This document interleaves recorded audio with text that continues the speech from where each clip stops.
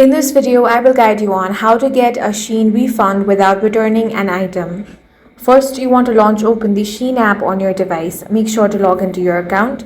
Now you want to tap on the profile icon at the bottom right corner of your screen. Here you should be able to find the My Orders tab. Tap on View All. Now find the order that you want to request a refund for, then tap on the return option.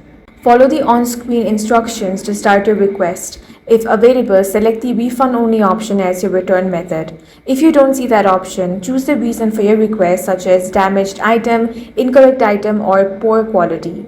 Next, upload clear photos or other proof if SHEIN asks for evidence to support your request. Now submit your request and wait for SHEIN to review it. If your claim is approved, SHEIN may issue a refund without requiring you to return the item, depending on the product and the reason for request. It also depends on the price of the product. And that's it. That's how you can get a SHEIN refund without returning an item. If you found this video useful, make sure to hit the like button and subscribe for more videos like this.